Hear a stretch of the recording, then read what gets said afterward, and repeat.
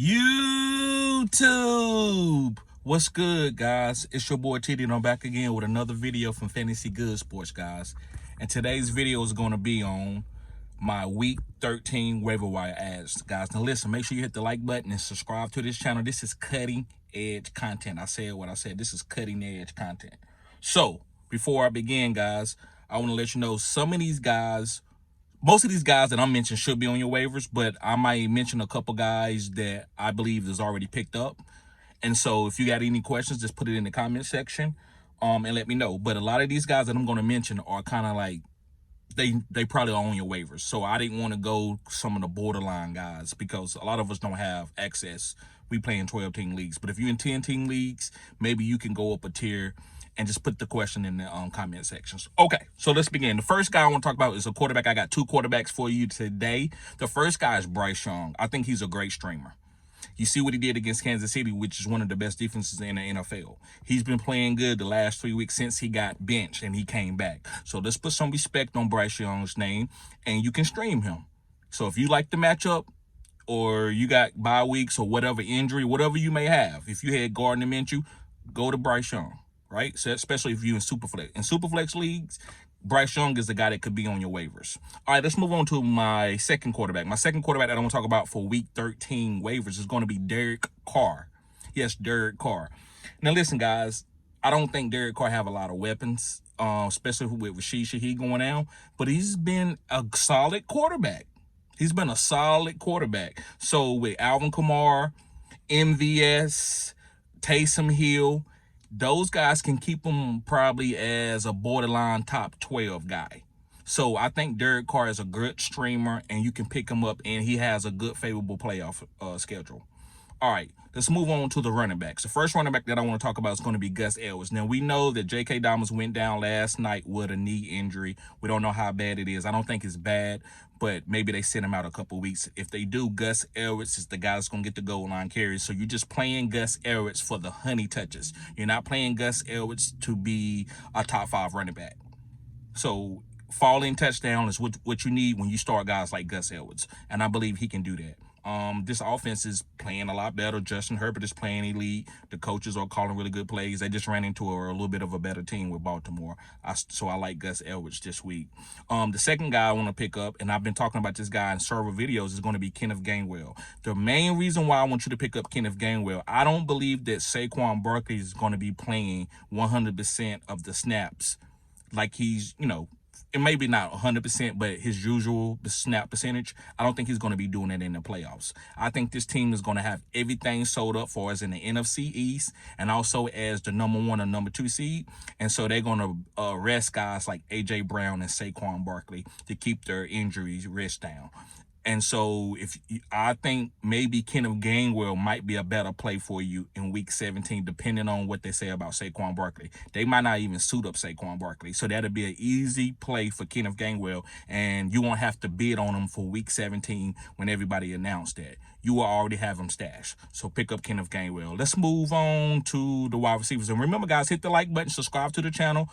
Put the 100 symbol in the comment section. Let me know that you are watching the video, or put the player that I am talking about where you at in the video at this point in time. But the next player I'm going to talk about is going to be a wide receiver. It's going to be Alec Pierce. Now, this is a boom bust guy, but I made videos about boom bust guys. And these guys, you have to leave room on your team for these guys, for you to start these guys and get that boom.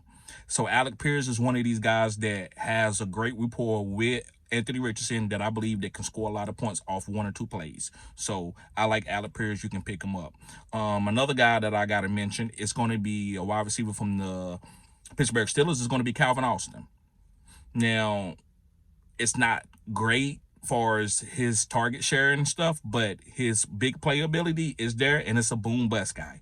I didn't name none of the really safe guys. There's really not a lot of wide receivers that I want to go to the waiver wire and play, but if I do, I'm going to get a guy who can score off 1 catch. I'm not going to get a guy who's getting a bunch of safe targets, right? Some number 3 wide receiver like Juju Smith-Schuster, who's not really done anything in over a month. I would rather play Alec Pierce or Calvin Austin, right? Because they got upside, and it seems that Russell, last name Wilson, likes to target Calvin Austin. It seems that Anthony Richardson likes to target Alec Pierce. All right, let's move on to a tight end. and this tight end hasn't done nothing in like a month, but he finally had another good game, it's Tucker Kraft. Now, I'm not telling you Tucker Kraft is a must start, but it's a guy that if you're looking for a tight end and you got to go through Bio-Apocalypse, which is next week, week 14, maybe Tucker Kraft might be a good guy if if he's not out. And I'm sorry, guys, I haven't really checked for week 14 outside of Baltimore and a couple other teams. I haven't really checked, but I don't think Green Bay is out. I think they already had their bye week, so I think Tucker Kraft would be a good guy that you could stream. Also, going to the tight end, another tight end is going to be Noah Gray from the Kansas City Chiefs. And this guy last 2 weeks has been 18 points and 22 points with 2 touchdowns. Now, I'm not saying I think this is going to be consistent, but it's something that I got to mention. It's something that you can pivot to if you need to, right? Especially if Travis Kelce gets benched in week 17 because they got everything sold up. Maybe you can go to Noah Gray, and that might be a good start for you. All right, let's go to the DSTs. The DST, I got 2 of them for you. And I also got a bonus guy for you guys, so make sure you hold on, watch the whole video. But the first DST I want to talk about is going to be the Cowboys. Yes, sir, the Cowboys. Listen, that defense playing against divisional opponents, I like them. The Giants with Tommy DeVito or Drew Lock, that's a turnover waiting to happen. Michael Parsons is healthy, and he missed 4 games, so he actually is rejuvenated. He's not tired like he usually is at the end of the season. So I like Michael Parsons to get 2 sacks against the Giants. I'm playing the Cowboys defense. That's actually one of my favorite streamable defenses for this week, the Cowboys. The next DST is going to be the Seahawks, and they're going against the Jets. Now, I'm a little bit nervous against the Jets because they do got Devontae Adams and Garrett Wilson out there and Breece Hall, and they can throw the ball and they can score a lot of points. But the Seahawks, just look what they did against Arizona. So you have to pay attention to that. Also, Mike McDonald looks like he's building something good for this defense. They're stopping the run like Baltimore was stopping the run last year. Now, they might not have the same horses, but I think the guys are getting on the same page. Like Devon Witherspoon, I think he's looking good. He's playing the Kyle Hamilton role. So I like this defense. Seahawks. But Cowboys is my favorite. And the bonus guy, guys, which it shouldn't be a bonus guy, but I wanted to mention him. But I don't think he's a must start, but you got to mention him. It's going to be Jeremy McNichols. With Austin Eckler being out on a concussion and Brian Robinson probably missing this week, Jeremy McNichols and whoever else they pick up, could be Chris Rodriguez, is going to get some carries. But I don't know how optimal it's going to be. I don't know if Jeremy McNichols is just going to be another body or he's actually going to get some honey touches. Now, listen, Abdullah did the same thing. We didn't want to go to Abdullah. I know I didn't.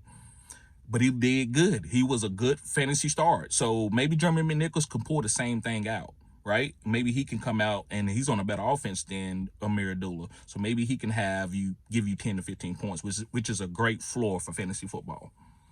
All right, guys. So thank y'all for tuning in. Here's the waiver wire video for week 13. So make sure you pick up guys that is needed. If you need somebody else or you need more advice, just put it in the comment section. Also, guys, we get ready to go into the playoffs. If you need a consultation, hit your boy up at fantasygoodssports@gmail.com and let me know that you need a consultation, and we can go 30 minutes for $50. But if you sign up as a Phenom member of the channel, you get your consultation half off for 30 minutes. That's a $25 value. I mean, that's a $50 value that you're getting for $25. And I think that's killer. We're going to chop it up for 30 minutes, and whatever you need help on, I got you. So, guys, thank y'all for tuning in. Y'all have a blessed day. Peace.